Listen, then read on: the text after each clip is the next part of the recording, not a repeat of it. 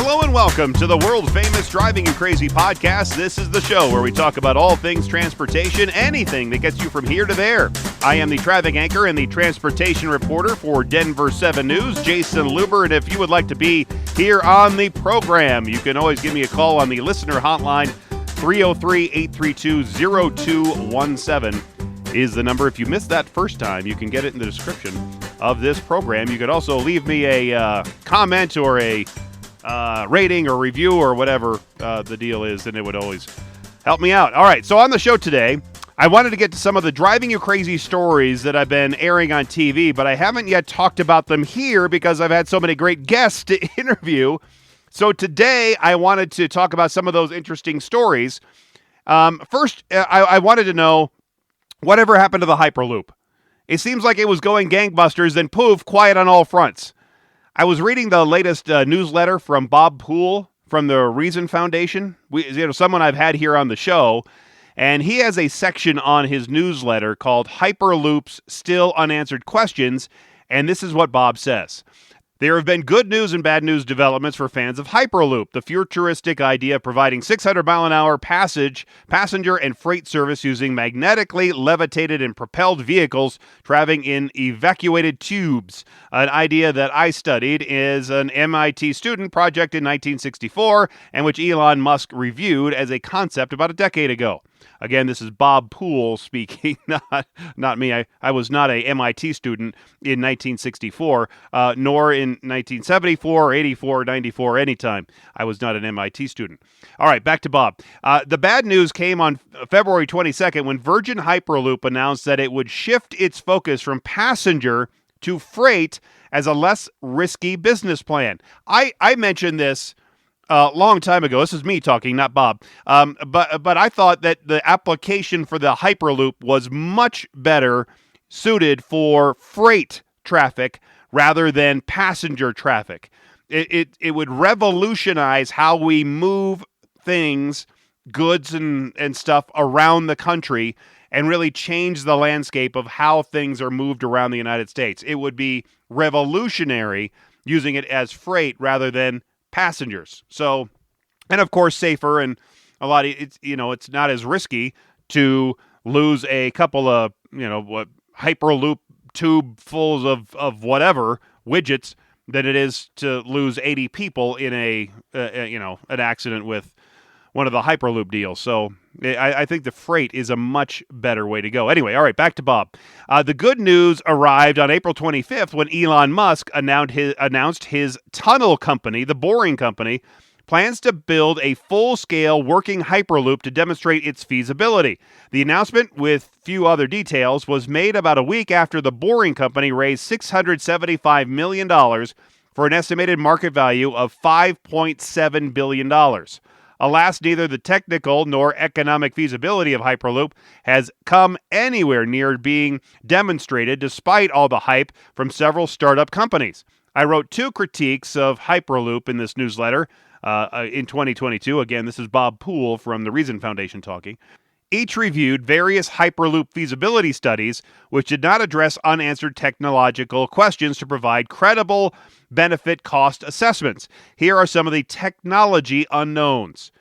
600 miles an hour or higher speed is a potential Hyperloop advantage in shifting customers from air and highway travel. Thus far, nobody has built an evacuated tube long enough to demonstrate that such a vehicle could accelerate to reach that speed and then decelerate. It would be many miles long and very costly to build, so we cannot yet take that speed and time advantage seriously. 2. Maintaining the vacuum in the tubes also has not been demonstrated in a realistic tube, nor have there been any available numbers on the energy cost of operating the system, both propelling the vehicles and operating the pumps to maintain the vacuum. 3. Airlocks at stations do not appear in any published conceptual study. How they would work and how much they would cost are unanswered questions. Number 4. Switches to divert Hyperloop vehicles from one tube to another have been shown on maps in some studies, but no designers or cost estimates have been presented. And number 5, Emergency evacuation does not appear to have been considered in the studies I've reviewed, but it's hard to imagine federally safety certification of Hyperloop without the inclusion of such facilities. That's yet another cost. Again, this is all from Bob Poole, the Reason Foundation, talking about the Hyperloop. Then there are the questions about economic feasibility. To finance a toll road, an airport terminal, or a new pipeline, investors need to see and vet an investment-grade traffic and revenue study. Nothing approaching that has been released for any proposed Hyperloop line. The 2020 Hyperloop feasibility study for the proposed Chicago to Pittsburgh system made aggressive assumptions about passengers and freight diverted from air and highway modes due to both time-saving and affordable fares, which is at odds with a more realistic study from Lux Research, estimating that the high cost of Hyperloop would seriously limit passenger and freight demand. The same 2020 study did a benefit-cost assessment that claimed to follow U.S. DOT methodology, but it used a 3% discount rate rather than the 7% required in federal agency work by the Office of Management and Budget. It counted travel time and operating cost savings of nearly $6 billion, but did not account for corresponding losses in market share by airlines and trucking companies or lost revenue to toll roads in the corridor. Yet, even with the inflated benefits of $18 to $19 billion, the estimated cost of the infrastructure, $27 billion, suggests that the costs significantly exceed the benefits. The engineer in me is excited by concepts like Hyperloop, and perhaps the technical problems noted above will be solved someday, but it's also my engineering background that serves as a hype detector for concepts that have many thus far unsolved problems. Federal and state DOTs should proceed with caution, insisting on independent benefit cost studies, and if a proposed Hyperloop project passes that test, then insisting on independent investment-grade traffic and revenue studies. Taxpayers should not be required to support hype loops. And that was Bob Poole again from the Reason Foundations. And yes, he did say hype loop and not hyperloop at the end, because I think that's what his point is that the hyperloop is right now at this point a hype loop, which is a fantasy, a dream, a we hope it works, but nothing's been proven to see that it work and at what cost. So I thought you would enjoy that, and I we've talked about the Hyperloop here, and maybe I should get that Hyperloop guy I had on a couple years ago to talk more about the Hyperloop and kind of get an update about what's happening. I'll write that down. Writing it down now. Call the Hyperloop guy. Okay. All right, so let's get to some of these driving you crazy questions that have been flooding my emails. It's Mary from Denver who writes, "What's driving you crazy? Hi, Jason. After reading your article regarding the highway on-ramps," this is talking about the lights, the metered lights there at a highway ramp that's supposed to keep traffic flowing at a certain rate on the interstate while holding traffic on these ramps. Okay, so she continues, "I have a question for you. If you are coming up to the light, no one is in front of you or beside you, and by the time you get there, it turns green. Do you need to stop? My son got a ticket today for doing so, and the officer said, 'Well, you didn't even hit your brakes. That's why I'm giving you a ticket.' It's a 4-point ticket, which, in my view, is totally excessive for an on-ramp light that was green when he went through. Wondering your thoughts on that." Well, this is a tricky one, Mary, as it seems that the legality of this move and many moves, really, is up to the discretion of the officer that sees it happen. My feeling is that any driver using a ramp that has an active meter light that is flashing red, then green, and red, then green, should approach slowly enough to stop if the light is red, but not be ticketed if the driver is rolling through when the light is green. But since my opinion isn't worth anything when it comes to getting a ticket or not getting a ticket, I asked your question to several law enforcement agencies who patrol ramps with meter lights, and Ginger Delgado with the Arapahoe County Sheriff's Office told me, "The only time you can go and don't need to stop is if the light is green at the exact moment you cross the light. Something seems a bit fishy because there had to be some red involved, or I doubt the officer would have ticketed the guy. Since we weren't there, it's hard to speculate what happened. It sounds that most likely the person saw the light was green, but at some point it turned red." All right, Crystal Dean, Operations Support Manager with the Greenwood Village Police Department, told me, based on this scenario, there would not be a violation. Josh Lewis, who I've talked to many times from the Colorado State Patrol, told me, because I don't know the exact circumstances, I wasn't there, this will largely come down to officer discretion based on the situation. Metered lights also have signs near, before, on them that indicate a vehicle needs to stop in addition to the red light itself when active. The intention of these lights is to filter in traffic to the main highway in an effort to avoid congestion. Hence, if the lights are activated, they need to be followed like any other traffic control device. Given how quick the green is, the driver should always be prepared to stop at them. But again, not knowing exactly what took place at the moment, I cannot articulate as to the officer's reasoning in issuing that citation. Kurt Barnes, he's a technician with the Denver Police Department, or basically an officer, but with a different name. He told me Colorado Revised Statutes 42-4.604 defines a driver facing a steady circular red signal shall stop, and the same driver facing a circular green signal may proceed straight through. Officer discretion is important given the variables that can exist at these traffic signals with traffic volume and flow. Now, as with many scenarios when driving, doing something wrong is many times up to the discretion of an officer patrolling the streets and their interpretation of the law. The wonderful thing about our system of law and order in the United States is that the ticket is not the final say. It is technically a summons to court. And I told Mary, you and your son, or just maybe your son, should make his arguments to the traffic judge and see what the judge rules. Most people just sign a ticket. Basically, they're admitting guilt. And in exchange for that, you get a lesser penalty, a lower fine, and you just move on about your day. Now, since law enforcement opinion that I mentioned in the story is mixed, I thought that Mary's son should be able to persuade the judge to see the situation in his favor. And I did get an update from Mary after I aired the story, and she said to me, by the way, thanks for the advice, the magistrate excused the $75 ticket. So, boom, there you go.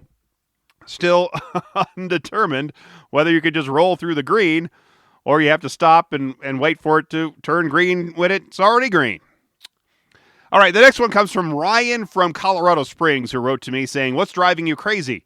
I've had a dozen of near misses, all to do with drivers making a left turn and not yielding to drivers making a right turn at a traffic light. Here's the scenario. Both drivers have green lights, but the left-turning driver has a flashing yellow light.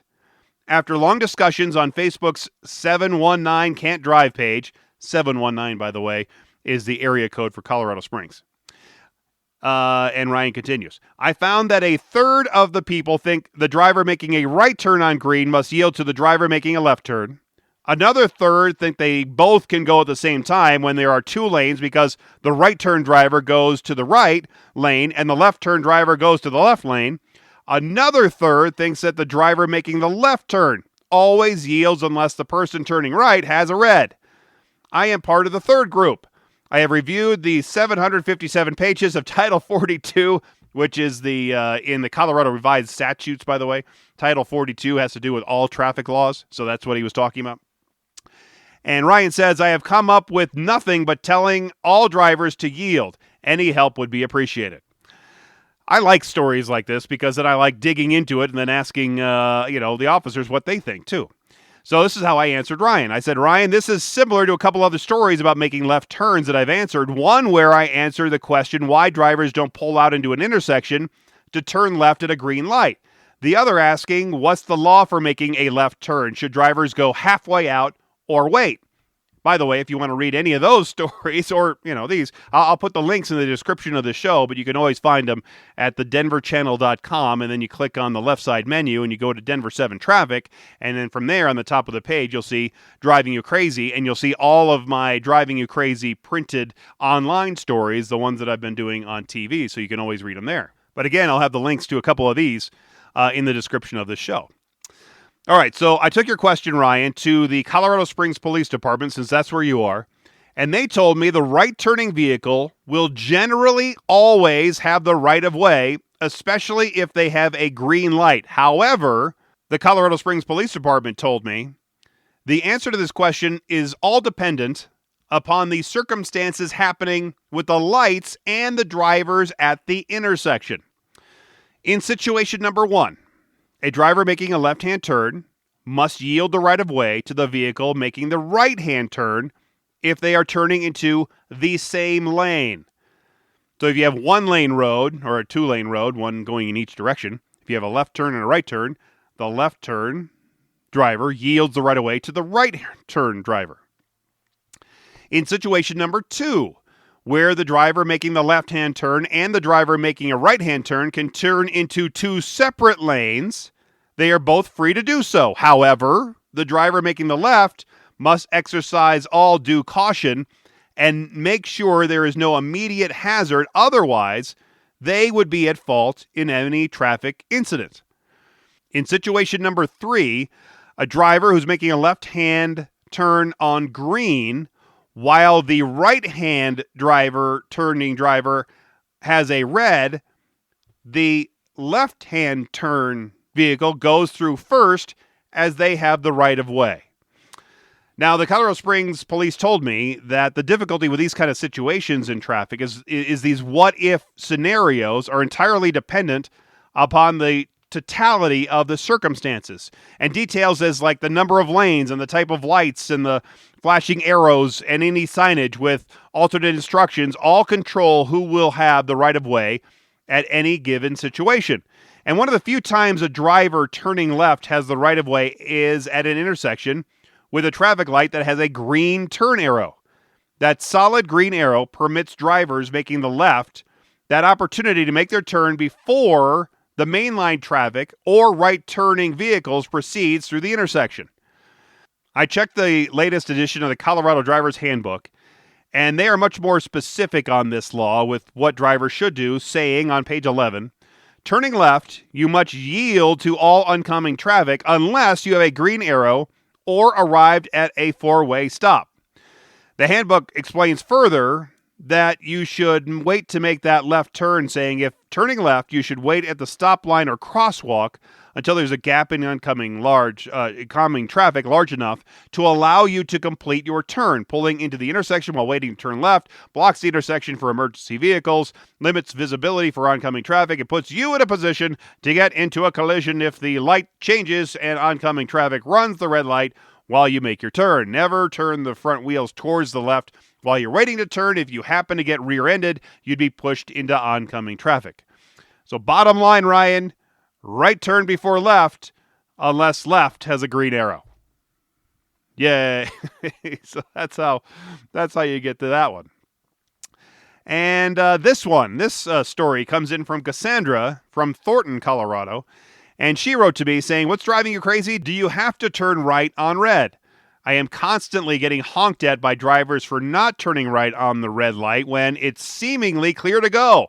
Depending on the intersection, you can't always see who's coming through the green light or a larger vehicle is obstructing your line of sight. It was my first impression that turning right on red is legal unless otherwise posted, but not necessarily required." The short answer, Cassandra, is no, you don't have to turn right on red. It is not required, like you said. You are completely within your legal right to wait until the light turns green, even though there is no law that says you must turn right on red. There will be drivers who will argue there is no reason not to turn right on red unless it is totally unsafe. According to the Driver's Handbook in Colorado, after stopping and yielding to pedestrians and other traffic, and if not prohibited by a traffic sign, you may turn right while the light is red. The key word in there is may. It doesn't say must, doesn't say have to, it says may. That makes the right turn on red optional. No one can tell another driver when they feel safe to make any kind of maneuver, including to turn right on red. That said, other drivers who disagree with your decision will let you know the easiest way they know how, laying on the horn. And I'm sure that's an uncomfortable feeling, as the blaring horn would make you feel even more unsafe. In our fast-paced world, it's hard for other drivers to think someone wouldn't want to turn right on red and just keep going when they have the opportunity to do so. I was talking to several people about this story, including a woman named Suzanne, and she told me this. I was involved in a pretty bad car accident several years ago because a 16-year-old girl turned right on a red just as I was going through the intersection. My body and car took the brunt of the accident. So there's one lady's perspective. Another woman told me, even though you legally don't have to go on red, it's inconsiderate to any other driver and blocks the flow of traffic by waiting there and not turning, especially when it's safe. Conversely, a man named Sage I spoke with said, I'll just put my hands on the horn until I'm satisfied. When people honk at me, they can go around me. Okay. For the drivers who want to turn right on red, the 911 driving school says just because it's legal, that doesn't mean that it's a free pass to turn unless the conditions are right. Since you have a red light, that means someone else has a green light, and they have the right of way and are probably not watching for people to pull out. So it's imperative when wanting to make a right turn on red, watching for pedestrians and bike riders. Some of the people on a bike will be in the crosswalk, but other riders choose to be on the road riding with traffic. And on a separate note, in Colorado, and I think in other states, drivers are allowed to make a left turn on red from a one-way street onto another one-way street. The move is legal after stopping at the red light, provided there's no sign prohibiting such a turn. As with making a right on red, the driver must yield the right-of-way to pedestrians or other traffic lawfully in the intersection before they make that left at the red light to go left on red to another one-way going left. So there you go. Yeah, if you have, those are some of the latest Driving You Crazy stories I have. I have a link to all of those stories in the description of the show. And of course, you could send me your own Driving You Crazy question. It doesn't have to be something about here in Colorado or Denver. You can send it to me from wherever you're from, and I'll do my best to try to figure out what's going on and get your question answered. You can get all of those descriptions or the links to the show and the description and whatever, and a way to contact me in the description of this fine program.